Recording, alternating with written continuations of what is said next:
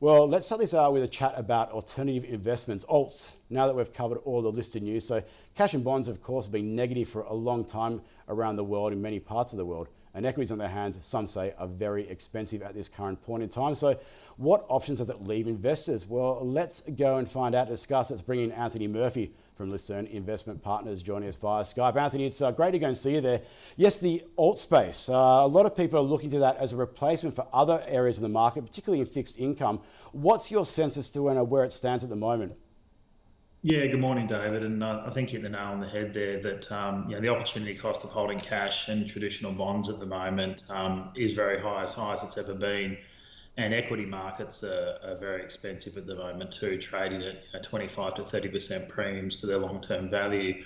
So investors are really still trying to seek quality risk-adjusted returns. But how do they do that at the moment? And our preference is to sort of think a little bit outside the box, and where we're still able to seek decent returns for investors at the moment without taking unnecessary equity market risk is in places like private debt, where you can still take security over assets and still generate high single-digit returns in a fully secured space. And I've also had a reasonable amount of success in the digital asset space of late by identifying those themes in the market before the institutional space and the secondary market grasps hold of those, and allocating those capital to managers that we believe are experts within that space.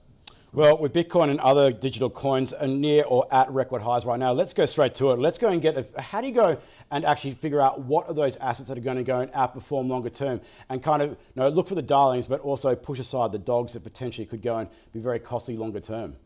Yeah, it's a great question. It's not about what you own, it's more about what you avoid that obviously allows you to benefit as an investor over the longer term. So if we go back to February last year in 2020, before anyone was really actually talking about crypto and digital assets, we identified that alternative theme might have its place to play in the market. And why did we make that decision at that time as opposed to 3 years ago? Because crypto started to receive institutional recognition around the globe in February 2020 last year. So then we went on the journey of identifying, I guess, who was the best manager in this country, i.e. an expert to partner our investor capital and our capital with. And we identified them being Apollo Capital in Cremorne, Richmond in Victoria. And they launched their fund at the start of end of 2019, and we allocated capital to them in February 2020. So Dave, as you said, it's about being early and being different and being nimble.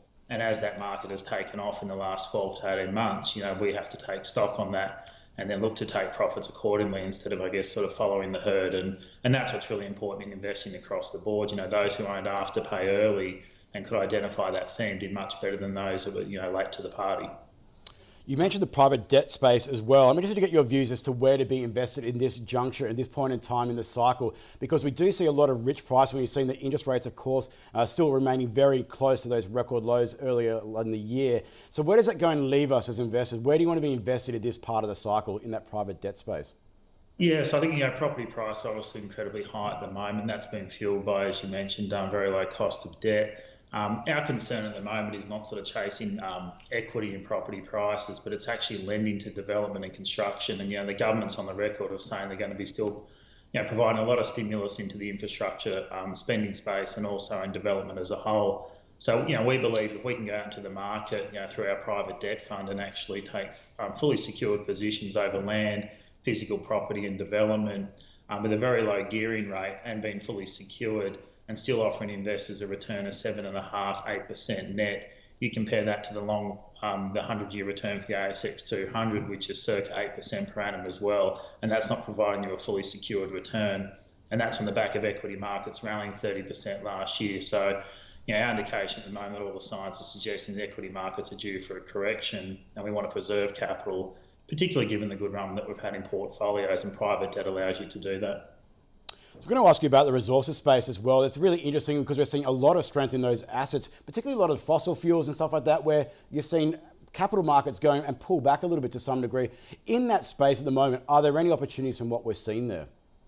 Yeah, and when we think about resources, particularly as Australians, we've always focused on iron ore, and I think BHP is a great example of that. Those that have held BHP for the last 3 to 4 months, BHP basically wiped out 2.5 years of gains within a couple of months. And so when we're thinking about resources at the moment at Lucerne, we're thinking about new age resources, so precious metals, so the lithium space, which is fueling electric cars out there at the moment, palladium, and these precious metals that previously weren't really thought about in Australia, but they are part of this almost fourth revolution that we're seeing at the moment in technological advancement. And so as a result of that, we're partnering capital with these lithium producers, with these established players in the market that are going to feed down the supply chain. And you've seen some managers in this space at the moment realising strong returns consistently, still in excess of 100% over the last 12 months. And again, David, to your point, it's about being early, but also being prepared to leave the party before it does get too crowded. Yeah, there's a lot of hot money that's been chasing some of those assets. Are you still finding relative value in that space? Because people are going, well, a lot of good news has already been factored in. Is it difficult to go and find those opportunities that, say, weren't there this time last year?